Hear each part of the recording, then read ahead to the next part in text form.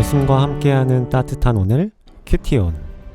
내가 또 눈을 들어본즉 한 사람이 측량줄을 그의 손에 잡았기로 네가 어디로 가느냐 예루살렘을 측량하여 그 너비와 길이를 보고자 하노라.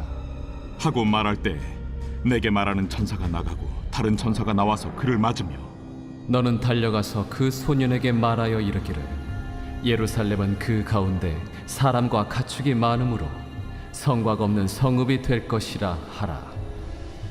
여호와의 말씀에 내가 불로 둘러싼 성곽이 되며 그 가운데에서 영광이 되리라. 오호라, 너희는 북방 땅에서 도피할지어다. 여호와의 말씀이니라. 이는 내가 너희를 하늘 사방에 바람같이 흩어지게 하였음이니라. 여호와의 말씀이니라. 바벨론 성에 거주하는 시온아, 이제 너는 피할지니라. 만군의 여호와께서 이같이 말씀하시되 영광을 위하여 나를 너희를 노략한 여러 나라로 보내셨나니 너희를 범하는 자는 그의 눈동자를 범하는 것이라. 내가 손을 그들 위에 움직인즉 그들이 자기를 섬기던 자들에게 노략거리가 되리라 하셨나니 너희가 만군의 여호와께서 나를 보내신 줄 알리라. 여호와의 말씀에 시온에 따라 노래하고 기뻐하라. 이는 내가 와서 내 가운데에 머물 것임이라. 그날에 많은 나라가 여호와께 속하여 내 백성이 될 것이요 나는 내 가운데에 머물리라. 내가 만군의 여호와께서 나를 내게 보내신 줄 알리라. 여호와께서 장차 유다를 거룩한 땅에서 자기 소유를 삼으시고 다시 예루살렘을 택하시리니 모든 육체가 여호와 앞에서 잠잠할 것은 여호와께서 그의 거룩한 처소에서 일어나심이니라 하라. 하더라. 10월 15일 수요일의 큐티온을 기도로 시작하겠습니다. 사랑과 은혜의 아버지 하나님 감사합니다. 이 깊어지는 계절, 이 가을 주님의 말씀 앞에 더욱 나오게 하시고 말씀을 듣는 시간 갖게 하시니 감사합니다. 이 말씀을 통해서 하나님의 마음 더욱 알아가고 우리를 향한, 나를 향한 주님의 마음 깨달을 수 있도록 인도하여 주옵소서. 감사드리며 예수님의 이름으로 기도합니다. 아멘. 오늘 본문 말씀은 스가랴 2장 1절부터 13절까지의 말씀입니다. 이 세 번째 환상을 기록하고 있는 2장은 예루살렘에 임할 하나님의 회복의 은혜와 그 은혜로 말미암아 누리게 될 거룩한 기쁨을 주로 예언하고 있습니다. 이와 같은 이 2장의 말씀은 크게 세 단락으로 구분할 수 있는데요.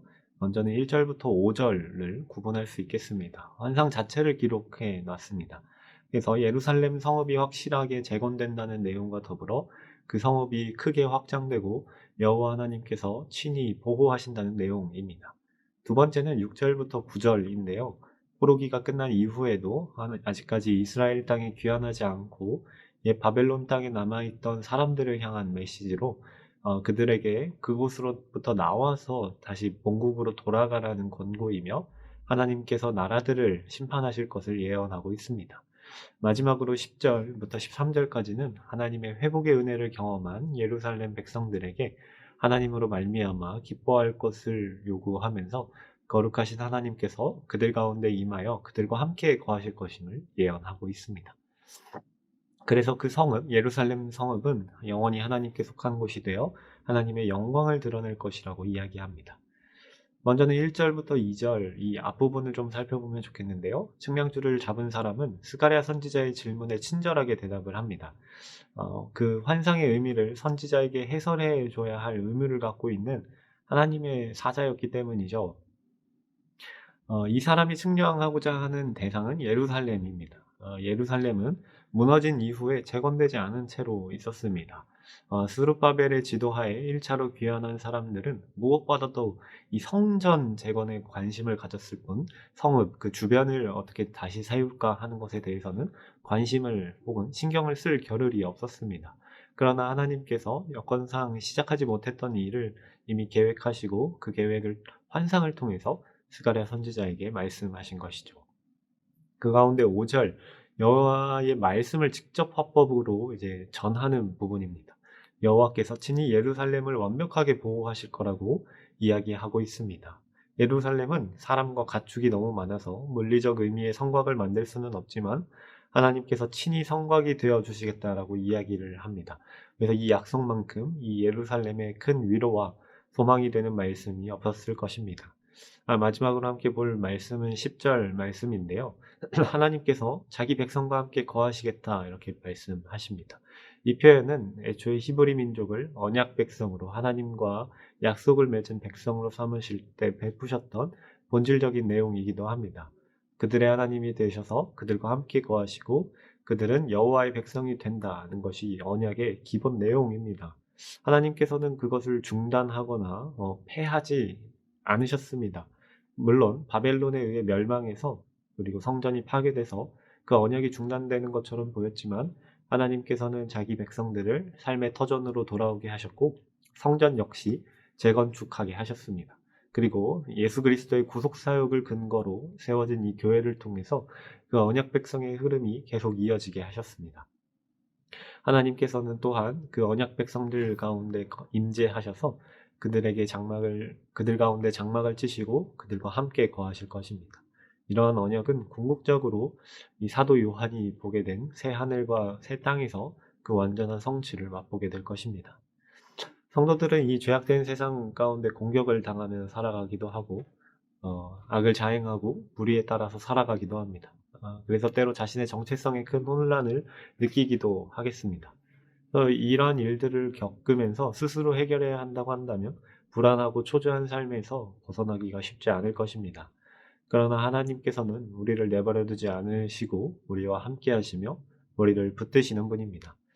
우리를 향한 하나님의 계획은 우리의 상황과 형편에 흔들리지 않음을 기억하면서 오늘도 신실하신 그 하나님의 말씀을, 그 약속을 붙들고 살아가는 우리 모두가 되기를 간절히 소망합니다.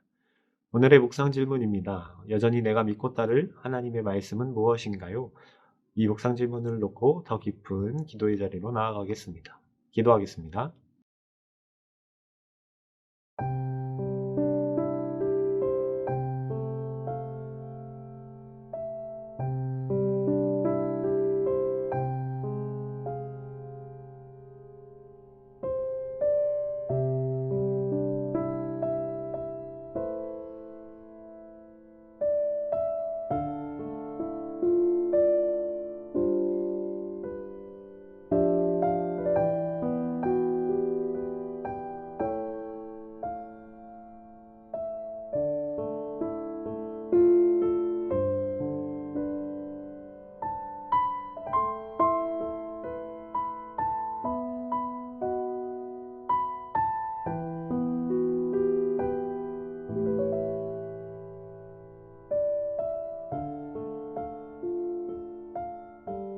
사랑과 은혜 아버지 하나님 감사합니다. 여러 가지 모양으로 여러 가지 또 형태로 우리에게 말씀하고 계심을 기억합니다. 우리가 비록 느끼지 못할지라도 하나님 여전히 일하고 계심을 기억하면서 신실하신 그리고 영원하신 그 하나님의 말씀을 붙들고 매일매일 매 순간을 살아가는 저희들 될 수 있도록 인도하여 주옵소서. 오직 주님과 동행하는 저희들 되기 원하며 예수님의 이름으로 기도합니다. 아멘.